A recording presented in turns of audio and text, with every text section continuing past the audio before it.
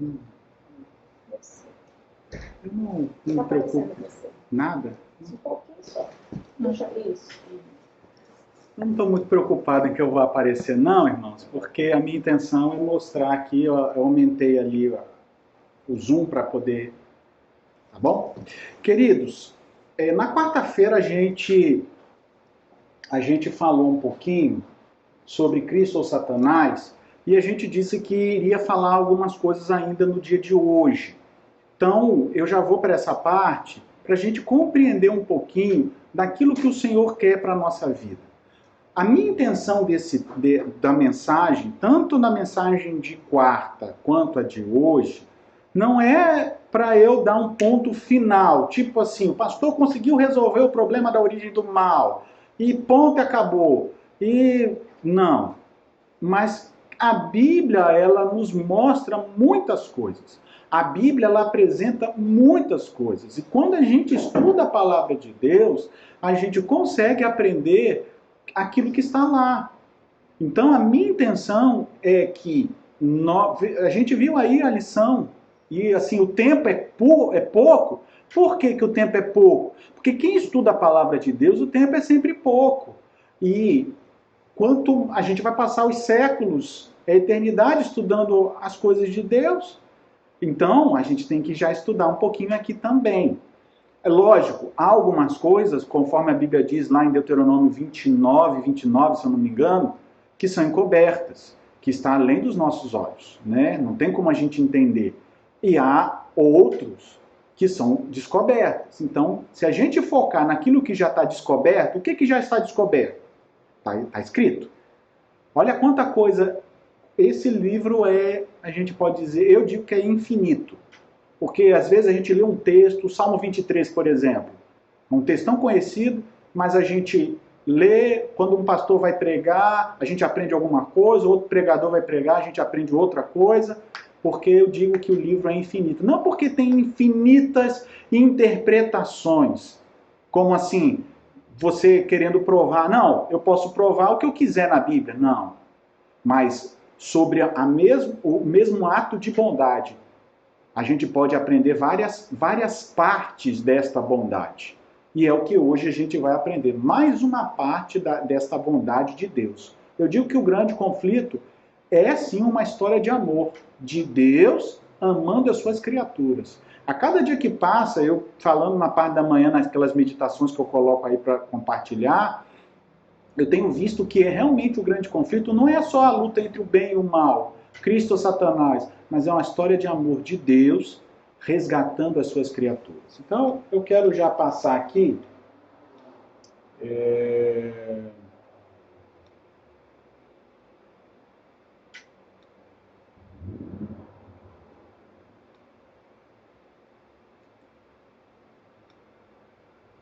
Pronto, aqui eu já comecei aqui. Queridos, a gente parou aqui embaixo. Se lembra? Não apareço nada? Não adianta nem mexer, eu prefiro que apareça a tela. Então, se aparece a tela, é porque eu ficar envergado, eu vou ficar assim, tá? Se der para eu aparecer na tela, mas se não der, a tela para mim já me resolve, tá bom? Então, olha só, queridos. Ontem não, na quarta-feira nós falamos aqui esse texto de João 8,44. Vocês se lembram? Está aparecendo? Eu tenho medo de pegar e sair da... Não adianta mexer. Bom? Então, olha só. Esse texto de João 8,44 mostra para nós o seguinte, que o mal foi gerado dentro de Lúcifer. Não foi isso que a gente leu? E foi nesse contexto que eu estava terminando o texto. E eu falei desse texto aqui de Ezequiel, capítulo 28, verso 16, que no sábado eu falaria. Ok? Então, João 8,44, Jesus fala que o diabo, que é o caluniador, é o pai da mentira. E que ele fala de si mesmo. Tá? O texto de João 8 é literalmente, ó, ele fala de si mesmo, ele foi homicida. Por que homicida? Ele foi o matador mesmo, homicida no sentido de matar. Por quê? Porque por causa dele, do diabo, é que Cristo veio morrer. Então, quando Deus criou as criaturas, já tinha criado o plano da redenção e alguém já tinha se oferecido. Então, de fato, ele não tinha sido morto, mas simbolicamente ele foi morto desde a fundação do mundo. Não sei se você consegue entender isso. Eu entendo isso claramente. Por isso que ele fala, ele foi homicida desde o princípio, porque de fato Satanás não matou ninguém no céu, a não ser Cristo. Ele foi expulso do céu. Então ele jamais se firmou na verdade. Aí ele diz assim, quando ele profere mentira, fala do que é próprio, ou seja, fala de si mesmo, porque ele é mentiroso e pai da mentira. Essa expressão pai da mentira é literalmente gerador de si mesmo. Não é gerador da mentira. No original é gerador de si mesmo. Então, o mal não estava em nenhum canto no universo. A Bíblia diz que ele procurou e achou dentro dele. Achou dentro dele como? Com as suas próprias interpretações. E aqui diz o seguinte, ó, o mal não existia no universo. Passou a existir no coração de Lúcifer, pois ele gerou dentro de si mesmo, quando buscava ser igual a Deus. Percebe? Satanás, tentando ser Deus, encontrou o mal, né? Gerou o mal. Na verdade, ele não encontrou, ele gerou dentro de si. Então, quando ele gera dentro de si, ele acaba encontrando. É nesse sentido. Quando Adão e Eva, querendo conhecimento, comem do fruto, o que eles encontram? Só mal, né?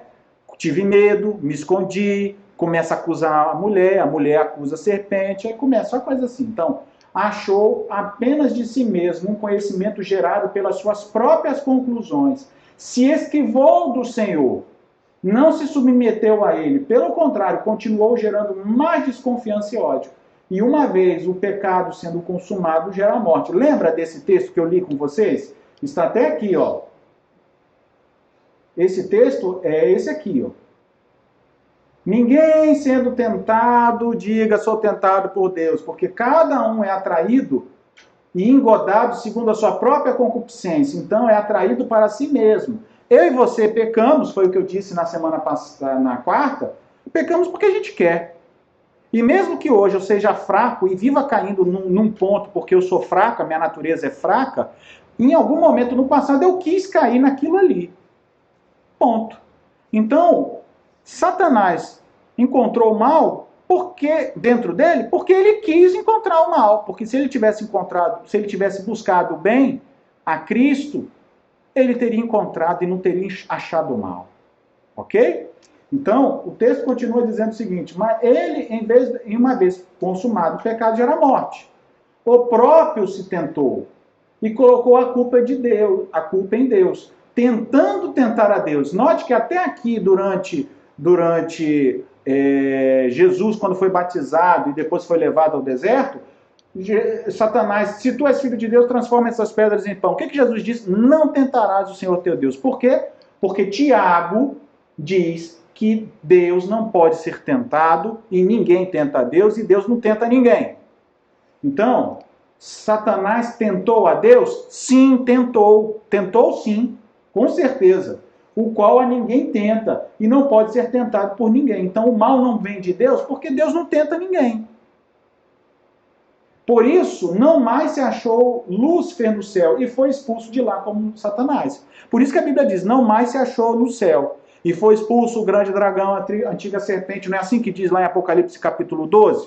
Note que eu estou falando aquilo que estou relembrando para a gente captar o que eu quero continuar daqui em diante. Então Apocalipse 12 fala, Miguel e seus anjos pelejaram contra o dragão. E o dragão foi expulso e não mais se achou no céu. Ponto. Por que ele não se achou mais no céu? Porque ele já era inimigo de Deus. Então não tinha por que estar lá no céu.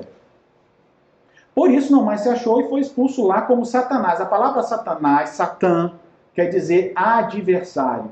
E a palavra diabo quer dizer difamador, mentiroso. Por isso que quando fala lá pai da mentira, no original seria pai do diabo. O diabo sendo o pai do diabo, então no original é gerador de si mesmo. De si mesmo por quê? Porque é ele que é difamador. Então quem começou a difamar Deus? Lúcifer. Lúcifer se tornou Satanás, se tornou o diabo, se tornou a serpente. Ok? Então, o qual se tinha transformado. Ou seja, ele mesmo se gerou. Infelizmente. Infelizmente. Deus não conhecia o mal, mas não o gerou. Perdão, Deus conhecia o mal, porque Deus conhece tudo. Conhecer. Conhecer não é fazer. Tem muitas coisas que eu conheço hoje, mas eu não fiz. Tudo bem? Eu conheço que matar alguém é errado, mas eu ainda não fiz isso e espero não fazer. Então, pastor, mas pegue essa colocação bem simples. Porque Deus conhece, não gerou. O gerou foi dentro de Lúcifer, está lá em João. Foi Jesus que disse, não fui eu.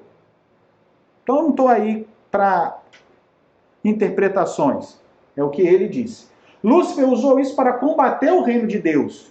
Ele usou o mal, por isso agora o reino das trevas e o reino da luz. Ele usou isso que ele gerou para combater o reino de Deus, achando que Deus já era assim. Ou seja, ele achava que Deus já era assim, já era mal, porque ele criou tudo. Não. Quem disse que ele criou tudo? A gente é que diz que ele criou tudo. Não, mas a Bíblia diz que ele criou todas as coisas. Sim, mas a Bíblia diz o seguinte, que tudo que é útil, tudo que é amável, tudo que é agradável, todo benefício completo e íntegro são do alto, literalmente do topo, vindo de baixo do Pai das luzes. Então Tiago diz que toda boa dádiva vem de Deus. Tudo que Deus criou, tudo que Deus fez de bom foi ele. O que apareceu de mal não é ele. Ponto. Ok? Então, olha só. Deus, ele é todo poderoso e pode criar tudo, inclusive o mal. Mas ele, segundo a sua palavra, ele não criou tudo. Pois nele não há trevas e em nenhum momento o mal habitou nele. Ponto. Ok? Agora eu quero ler com vocês, aqui, 2 Coríntios capítulo 4, versos 3 e 4. Por quê? Reino do mal. Permitindo o pecado. Então por que Deus permitiu o pecado, pastor? Ele poderia ter destruído tudo. Poderia. Mas se Deus destruísse tudo lá, quando Lúcifer se tornou Satanás, algumas coisas, o universo, aí eu digo universo, as criaturas não caídas, não entenderiam.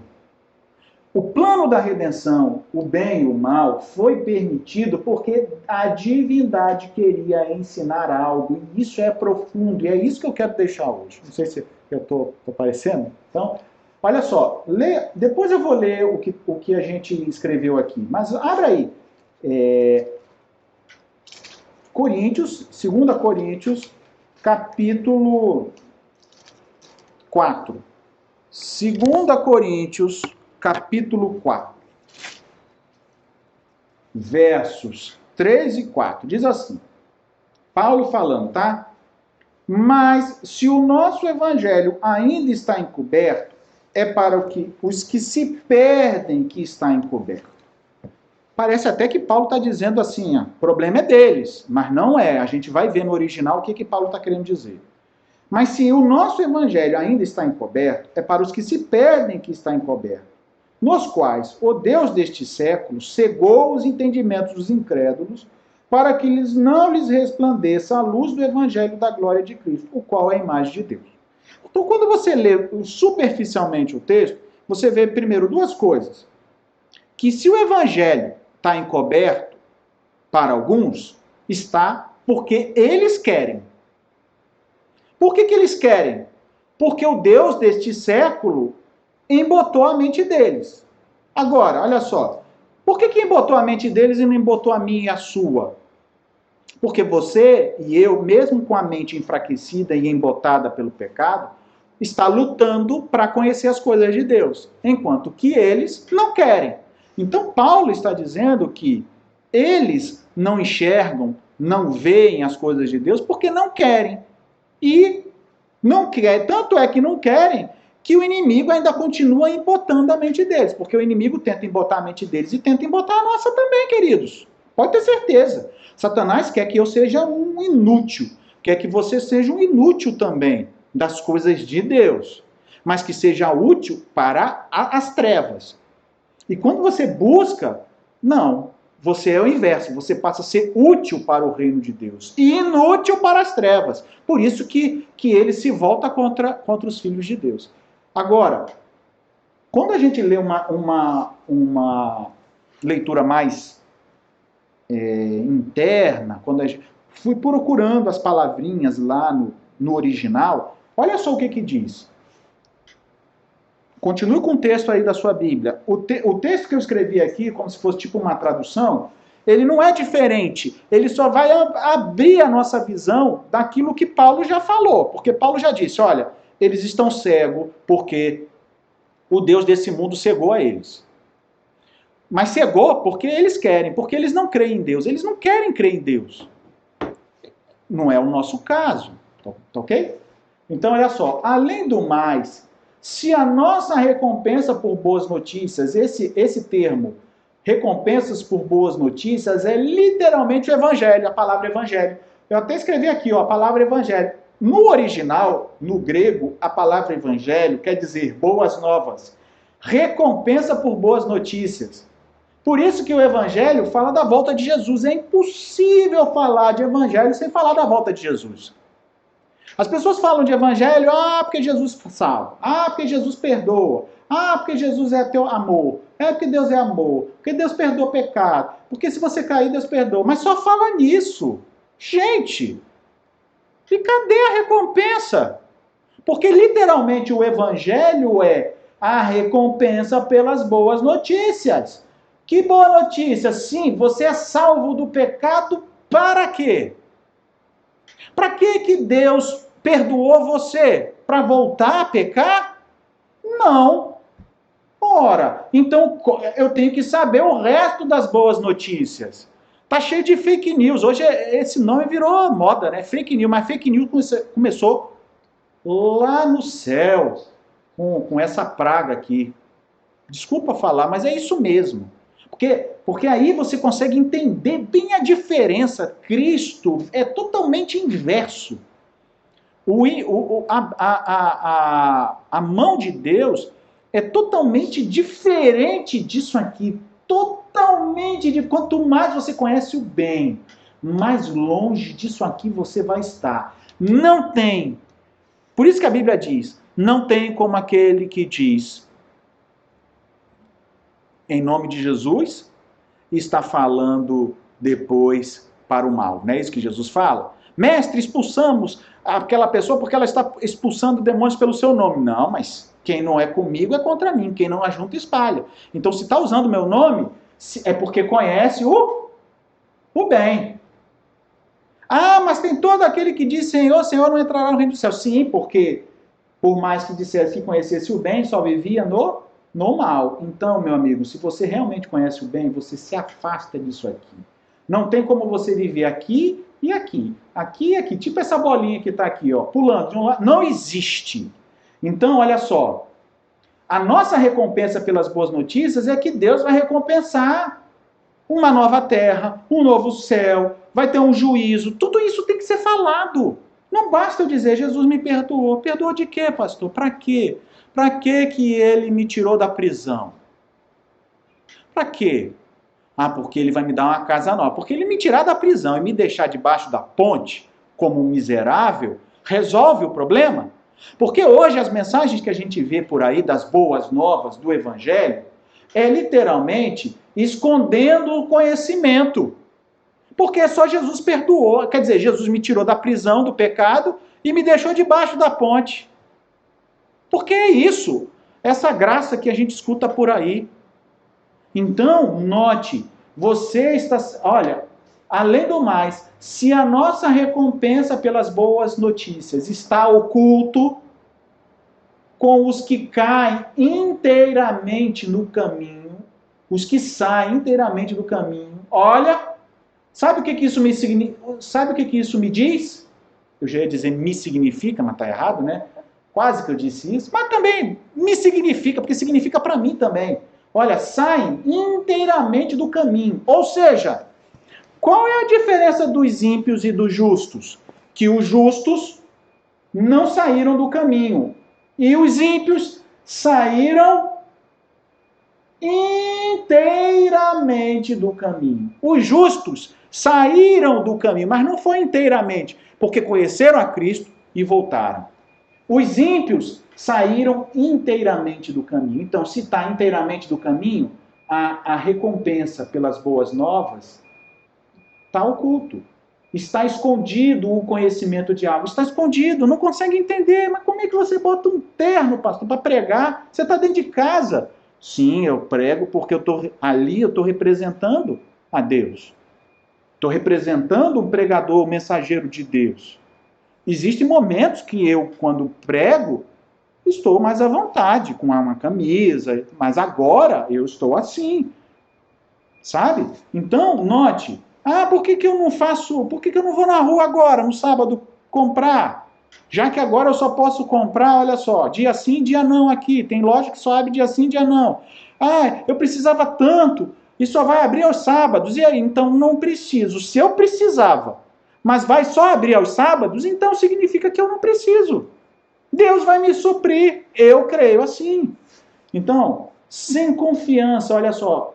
Por quê? Escondido o conhecimento de algo. Porque Satanás esconde o conhecimento. Quando Satanás fala uma mentira, dizendo que é verdade, ele está te escondendo de algo. Quando ele disse para a mulher, você vai ser igual a Deus, vai ser igual a Deus aonde?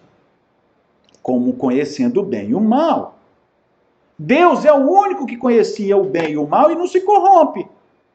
Todos os que passaram a conhecer o mal se corromperam. Lúcifer, quando gerou o mal dentro de si, se corrompeu. Adão e Eva se corromperam. Quer ver uma coisa? A gente sabe que existem coisas... Eu vou dar um exemplo. O que eu poderia dizer? Vou usar uma droga que não é ilícita. Cigarro. Não vou usar drogas, não vou usar álcool. Cigarro. Mas eu sei que é uma droga. Eu não fumo. Sei que é errado. Eu tenho conhecimento que é errado. Ponto. No momento em que eu experimento o cigarro, eu tenho um outro conhecimento de vivência. O conhecimento que Deus tem não é conhecimento de vivência. E não era isso que ele queria que nós tivéssemos. Satanás, ele já sabia de vivência o que era o mal. Percebe? Só que ele pega o conhecimento dele e não o conhecimento de Deus e joga para Eva, dizendo que o conhecimento de Deus é o que ela iria conseguir.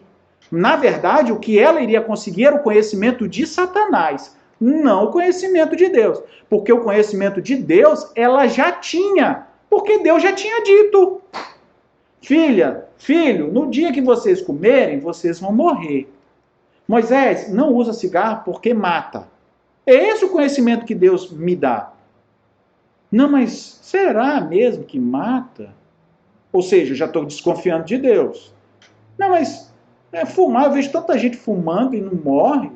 Morre lá com 100 anos. Então, aí, vou comer do fruto, porque aí eu vou ser igual a Deus. Não, porque Deus escondeu de você. Percebe? Então, note... Esse é o problema do reino do mal. O reino do mal apresenta a característica dele, deste reino, dizendo que é a característica do reino de Deus. Quando você comer, você vai ser igual a Deus. Não vai ser. Você vai ser igual a Satanás. E de fato foi igual. Porque ele acusa dia e noite. Quando Deus chegou, Adão acusou. Adão, onde é que você está? Me escondi por causa da Eva. É a mulher que tu me deste. Acusou, jogou. Então, vou continuar indo. Olha só. Embotou, porque o Deus deste mundo, que é o inimigo, embotou o discernimento mental. Ele embotou, queridos, dos que sem confiança em Deus. Então, ele embotou a daqueles que não querem Deus. Você vê que as pessoas dizem hoje que o mundo veio do acaso, porque não querem crer em Deus. Simples. Então, olha só.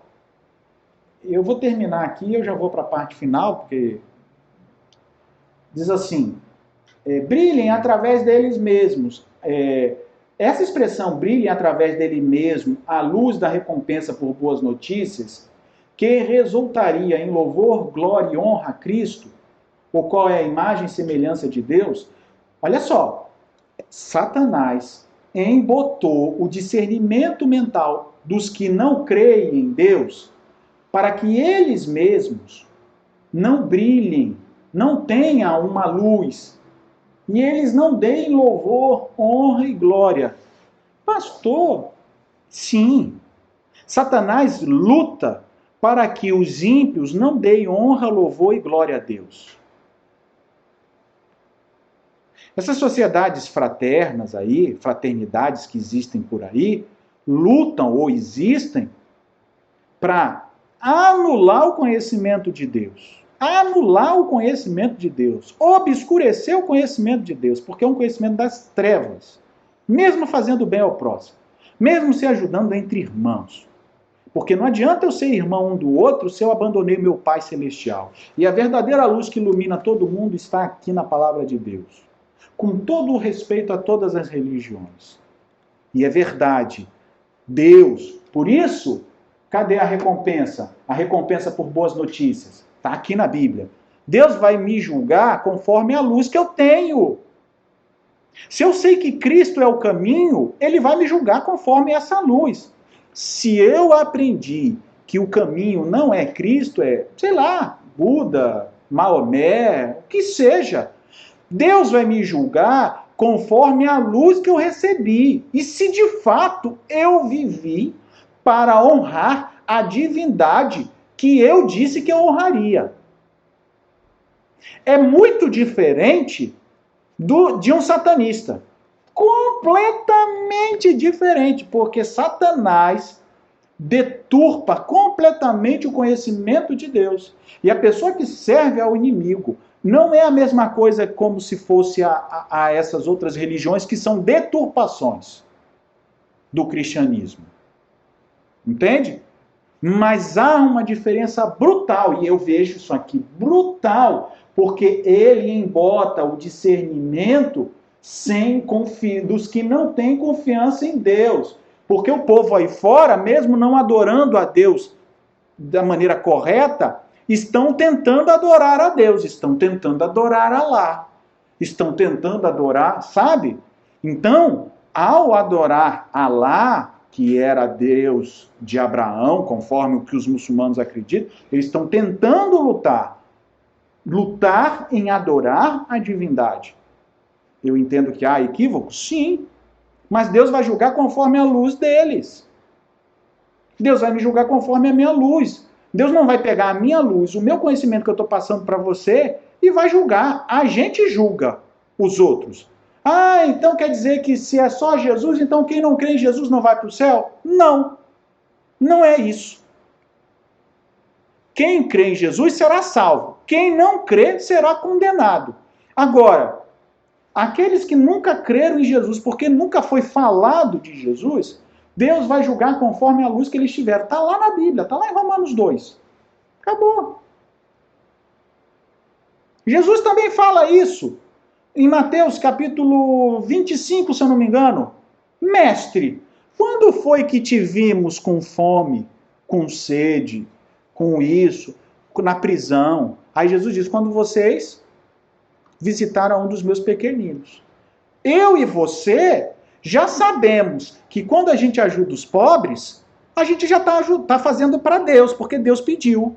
Então, não é para mim aquela parte. É para aqueles que nunca ouviram falar, mestre, quando foi que a gente viu o Senhor? Então eu quero terminar. Eu sei que tem muita coisa aí, mas eu preciso terminar, que eu preciso fazer uma comparação. Eu falei que eu ia comparar aqui. Essas outras partes que já passou aqui, eu vou estar falando aí com o passar do tempo nas meditações diárias, tá bom, queridos? Abra aí Ezequiel 28. Eu quero me focar nesse texto. Ezequiel 28. Ezequiel 28, eu vou ler esse texto e o texto de Isaías 53. Ezequiel 28. E aí, depois... Ezequiel 28. depois, durante a semana, né? Ou nos próprios dias de culto específicos, a gente vai e prega. Tá bom? As partes que a gente não passou, que eu acho importante para a gente compreender. Ezequiel 28:16, olha só. Na minha Bíblia diz assim: na multiplicação do teu comércio encheu, porque qual era o contexto? Lúcifer era perfeito, depois caiu, tu eras o querubim, verso 14, querubim da guarda, ungido e tal. Verso 15, perfeito era nos teus caminhos, então, até aí tudo bem. Verso 16, na multiplicação do seu comércio se encheu o seu interior de violência, e pecaste, pelo que te lançarei, profanando fora do monte de Deus, e te farei perecer, ó querubim da guarda, no meio do brilho dos fogos. Então a Bíblia diz que na multiplicação do comércio, ou seja, Lúcifer multiplicando o comércio, começando a vender a mentira dele como sendo verdade, começou a fazer isso. Multiplicou o comércio, então pecou. Pecou, deixou de ser Lúcifer e passou a ser o diabo. Ok? É isso que o texto está querendo dizer. Mas eu queria ler com vocês aqui, olha só, a tradução do verso 16. Na abundância ou grandeza do seu comércio, do seu negócio, estava o seu interior, o interior de crueldade. E o que aconteceu? E perdeu o rumo. Qual é o perigo quando a gente fica nervoso, irmãos? Não é perder a cabeça? A gente está vendo que está nervoso e tal. Calma, pastor. Não fica nervoso. Por quê? Porque na hora que a gente está nervoso, a gente pode perder a cabeça. E o que aconteceu aqui? O comércio, ele estava falando, cada vez mais falando para os anjos, sabe? Cheio o seu interior de crueldade. E aí o que aconteceu? Perdeu o rumo. Lúcifer perdeu o rumo. Errou o caminho do correto e do dever. Se ele errou o caminho do correto e do dever, eu faço uma pergunta, ele sabia o que tinha que fazer ou não? Sim ou não? Sabia. Quando você peca, você errou o caminho do que é o correto e do dever. Certo ou errado? Certo, porque se fosse errado, você não teria pecado. Você só peca porque você errou conforme o que você sabia que não deveria fazer. Então, ele errou, perdeu o rumo, errou. E aí, olha, profanando. Profanando aonde? Aqui diz, profanando fora o monte de Deus. No original, ele profanou, contaminando a colina de Deus. Infelizmente, eu pulei o texto de Isaías, mas lá no texto de Isaías, quando fala assim, eu vou ser semelhante ao Altíssimo, eu vou me assentar lá no topo, ele está literalmente dizendo, lá na colina de Deus. Lá na colina de Deus eu vou botar o meu trono, eu vou ser igual ao Altíssimo, semelhante ao Altíssimo. Está lá esse texto lá no original em Isaías 14, de 12 a 15 ali. Então aqui é literalmente profanando, contaminando, desonrando a colina de Deus. E aí o texto continua. Por causa disso, ele então vai ser o quê? Destruído, exterminado. Quando? Pelo juízo divino. O juízo divino não aconteceu ali ainda.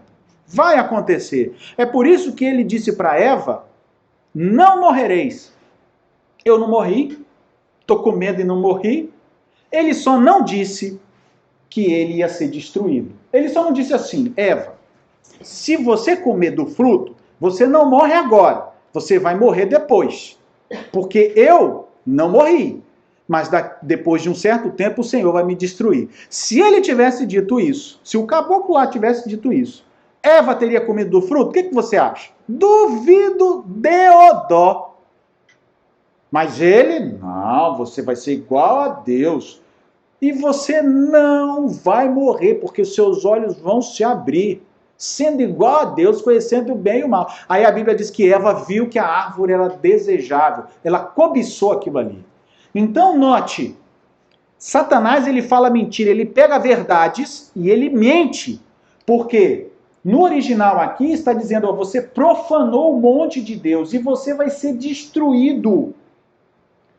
Olha, te farei perecer, ó querubim da guarda, no meio do brilho das pedras. Esse no meio do brilho das pedras é literalmente, será exterminado pelo juízo divino.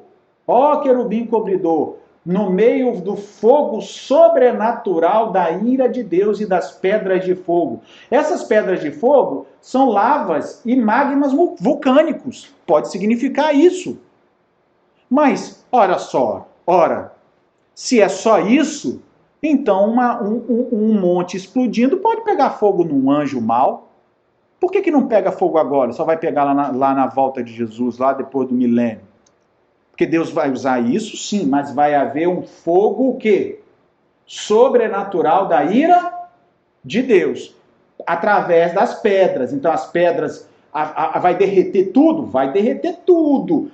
Pedro não diz que vai haver um estrondo e os elementos, o céu vai se desfazer, vai derreter.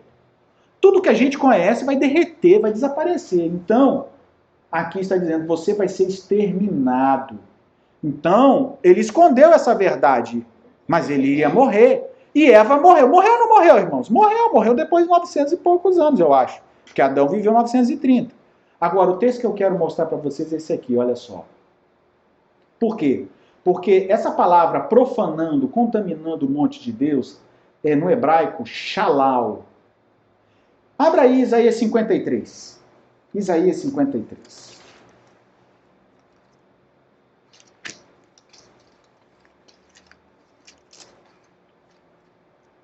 Isaías 53, verso 5. Diz assim: ele foi transpassado pelas nossas transgressões, moído pelas nossas iniquidades. O castigo que nos traz a paz estava sobre ele, e pelas suas pisaduras fomos sarados.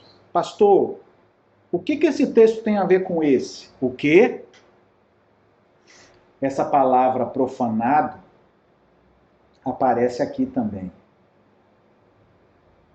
Só que lá, Satanás profanou o local. Aqui embaixo, Cristo não profanou o local.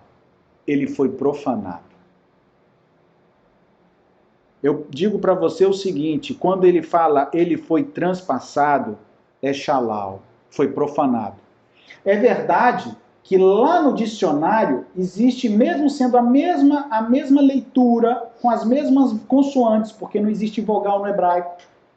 Aqui significa contaminado, desonrado, e aqui significa transpassado, destruído, moído. Então a gente acaba colocando como se fosse diferente, mas as duas palavras veio do mesmo sentido. E o que eu quero dizer com isso, com vocês? Eu não sei se eu consigo passar para vocês isso. Cristo foi profanado pelas nossas rebeliões. Cristo foi esmagado pelas nossas depravações. Um profanou o reino do outro. Entende? Satanás profanou o reino de Cristo. Por isso Cristo veio aqui a essa terra. Ele se profanou para nos salvar. Eu não sei se você consegue entender quão profundo é isso. Eu quero ler com vocês o seguinte, olha só. Aqui ainda fala, né? O reino do bem, reino do mal. Olha só, Cristo reina de modo legítimo. Satanás tenta prerrogar as reais divinas. Ele é a brilhante estrela da manhã, o outro é o filho da alva. Ele estabelece um reino. O inimigo transforma reinos em desertos. Ele tem o Espírito Santo para levar as boas novas. O Satanás não permite que seus cativos voltem para casa. É isso que diz lá Isaías. Ambos são chamados de renovo. Lá em Isaías 11, Jesus é o renovo que traz a vida. Em Isaías no verso 6, o renovo ali é Satanás, ele é abominável. Um carrega os fardos, é isso aqui, olha, queridos, ele carrega os fardos do povo. Jesus, ele morreu por mim, xalau. Ele foi moído por mim, por você. Jesus se humilhou, enquanto que o outro se exaltou. Um se exaltou e profanou. O outro foi profanado porque se humilhou. Consegue compreender a diferença de um reino para o outro? Um xalau profanou porque se exaltou. O outro xalau foi profanado porque se humilhou. Se humilhou sendo obediente até a morte de cruz. Olha que profundo isso. Um inaugura o reino da paz, o outro dissemina terror, opressão e ódio. Um intercede pelos transgressores. Sim ou não, queridos? Jesus intercede por nós todos os dias. Ele fez a oração sacerdotal. O outro, como diz Apocalipse 12, nos acusa, o acusador dos nossos irmãos, que nos acusa dia e noite. Você quer servir um reino que te acusa o tempo inteiro? Ou você quer servir um reino que o rei, que em vez de te profanar, ele se profanou para te salvar? Olha a diferença de um para o outro, irmãos. Desculpa eu falar assim, parece que eu estou brigando. Eu não estou brigando. A minha intenção é expulsar as hostes satânicas que pode estar na sua casa, que pode estar rodando a minha casa, que pode estar rodando a sua vida. Eu estou falando desse jeito, não é para brigar com você nem comigo, mas é para expulsar o mal que ronda o nosso coração, que ronda o nosso caminho, que perturba as nossas veredas, que transforma os nossos caminhos maus. Porque nós não precisamos ser orgulhosos, nós não precisamos dizer o porquê, nós precisamos se humilhar. Jesus diz assim: quem quer ser primeiro no meu reino, se humilha, porque eu humilhei. Porque a característica de Deus não é a característica de Satanás. Satanás, tentando ser Deus, ele se orgulhou. Deus, mostrando quem era Deus, se humilhou na cruz. Consegue entender essa diferença, irmãos? Por que eu devo me orgulhar agora? Por que eu não devo pedir perdão a Deus? Por quê? Porque só se for orgulho. E orgulho é o inimigo. Então eu termino lendo essa conclusão. Eu sei que eu tenho mais textos para falar, né? Eu até pulei alguns slides. Mas tudo tem o seu tempo e a gente também não pode falar demais. Cansa também. Talvez a mente não consegue. Eu não sei quando eu termino aqui, como vai na sua mente, mas quando eu termino aqui, toda vez que eu prego alguma mensagem, a minha mente fica assim, pensando naquilo que eu falei, fica pensando. Será que você pensa também? Será que você está pensando nessas coisas agora, ou você está pensando nas coisas assim, o que eu vou comer, o que eu vou fazer, o que eu vou fazer isso, o que eu vou fazer aquilo? Porque eu termino concluindo o seguinte: então Deus, como sabia que isso infelizmente iria acontecer, o que iria acontecer? O mal. Deus conhecia o mal, e Deus sabia que o mal iria surgir. Porque Lúcifer gerou o mal. Então, ele sabia que infelizmente iria acontecer. Deus poderia ter livrado a gente disso? Poderia. Mas aí entra. Permitindo o pecado, a divindade queria ensinar algo? Sim. Permitindo que isso acontecesse, Deus mostraria que ele, de todas as criaturas do céu e da terra, ele, irmãos, ele não é orgulhoso.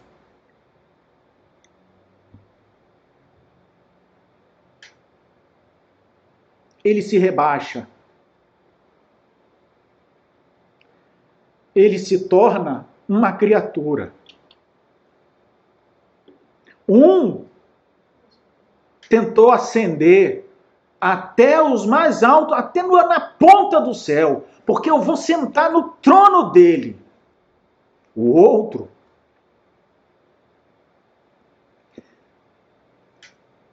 podendo destruir tudo e a todos, não fez. Ele vem, ele aguenta, e ele vem na terra mostrar quem é Deus. Ele vem na terra ser humilhado, ser profanado, porque Deus não precisa de trono para continuar sendo Deus.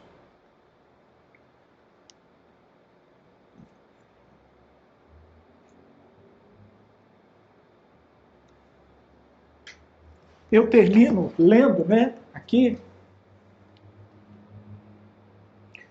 O cordeiro foi morto antes que todas as coisas fossem criadas.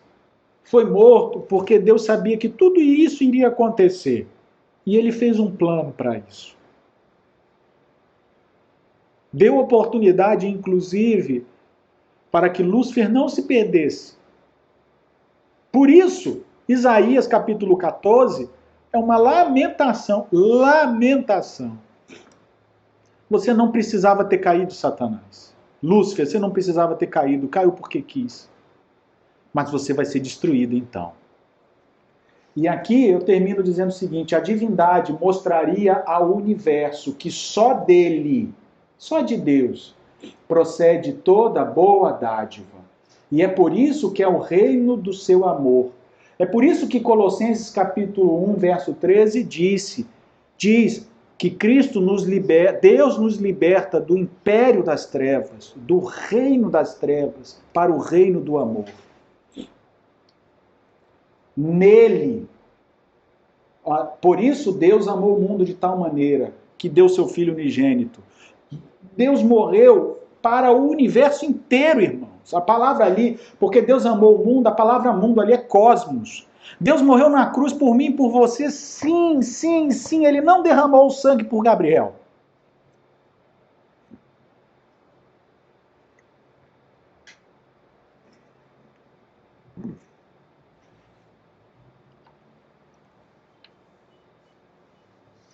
Quando falo Gabriel, é o anjo Gabriel.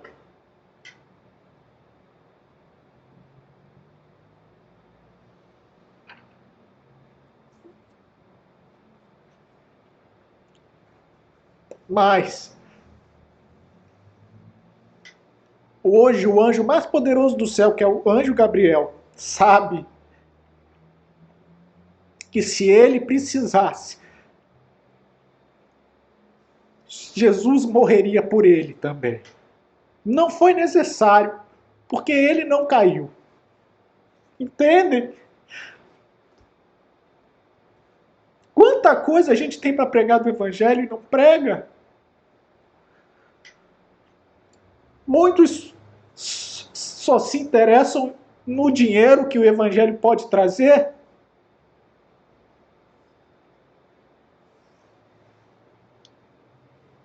Porque nele está a vida. Nele subsiste todas as coisas. Ele não precisa de nada para viver. Nada, nada, nada. Deus não precisa de nada de ninguém. Deus estava em Cristo, mostrando a sua própria natureza. Ele se abaixa quando precisa, se humilha quando necessita, porque ele é amor, queridos. Ele só fez isso porque ele é amor. Satanás, ele é ódio, ele é orgulho, porque ele não é amor, ele é ódio. Entendem a diferença de um reino para o outro? Só o amor consegue se abaixar, se humilhar, enfrentar calado. E isso que eu estou pregando, a gente não aprende de um dia para o outro. Mas estudando, lendo, buscando. E é isso que eu e você precisa hoje. Buscar a palavra de Deus. Clamar por misericórdia. Chamar Jesus e falar: Jesus, me ajuda, me salva, salva minha família, salva meus filhos, salva meus queridos. Porque quando eu sei disso, eu vou procurar julgo desigual? Eu não vou. Eu vou procurar amizades que não prestam? Eu não vou. Pelo contrário, eu vou querer salvá-los também, levá-los à cruz de Cristo. Percebe como há uma diferença enorme de um reino para o outro?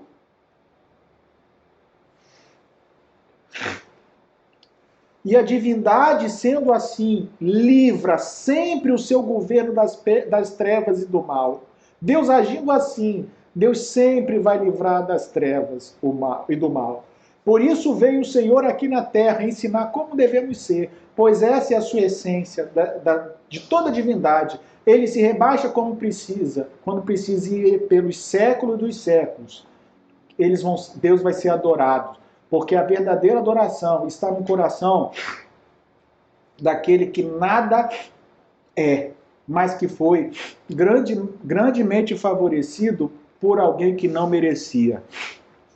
Perdão, queridos. Deus vai ser honrado pelos séculos dos séculos, porque as suas criaturas caídas, e os anjos também, poderosos e magníficos em poder, sabem que eles são nada sem Deus. E que mesmo não sendo nada, Deus os amou. Deus, para sempre, destruirá o mal. Exterminará o mal.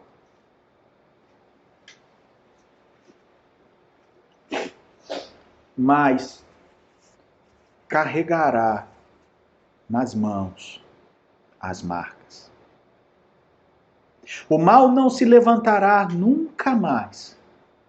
O mal não será gerado no coração de ninguém, porque Deus destruirá para sempre o mal. Deus poderia ter feito isso antes.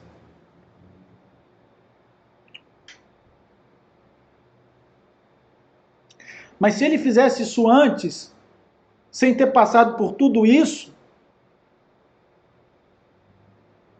surgiria o mal em algum momento depois. E ele teria que sempre manipular para nunca surgir. Agora, ele destrói o mal e ele carrega as marcas por experiência. Se lembra que eu disse que Deus conhecia o mal? Deus não conhecia por experiência.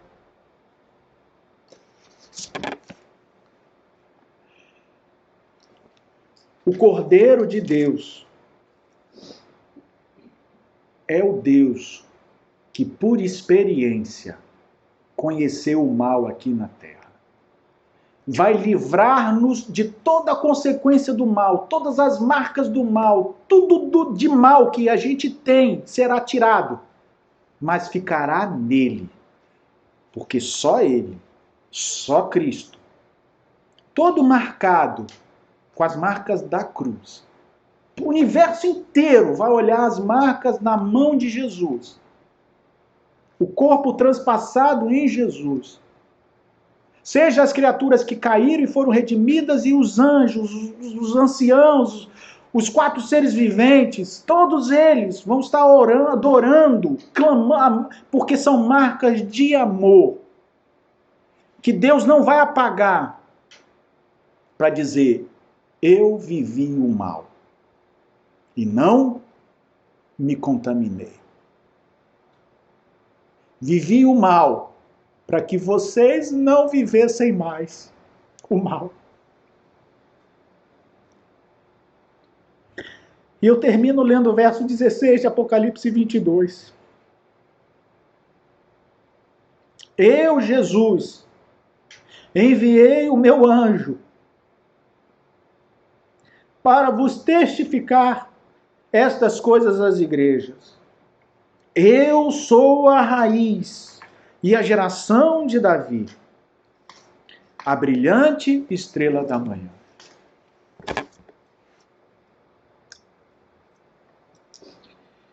Feche seus olhos. Vamos orar ao Senhor. Bondoso Deus, Pai querido, obrigado, Senhor, pelas bênçãos que o Senhor nos dá. de conhecermos o teu evangelho.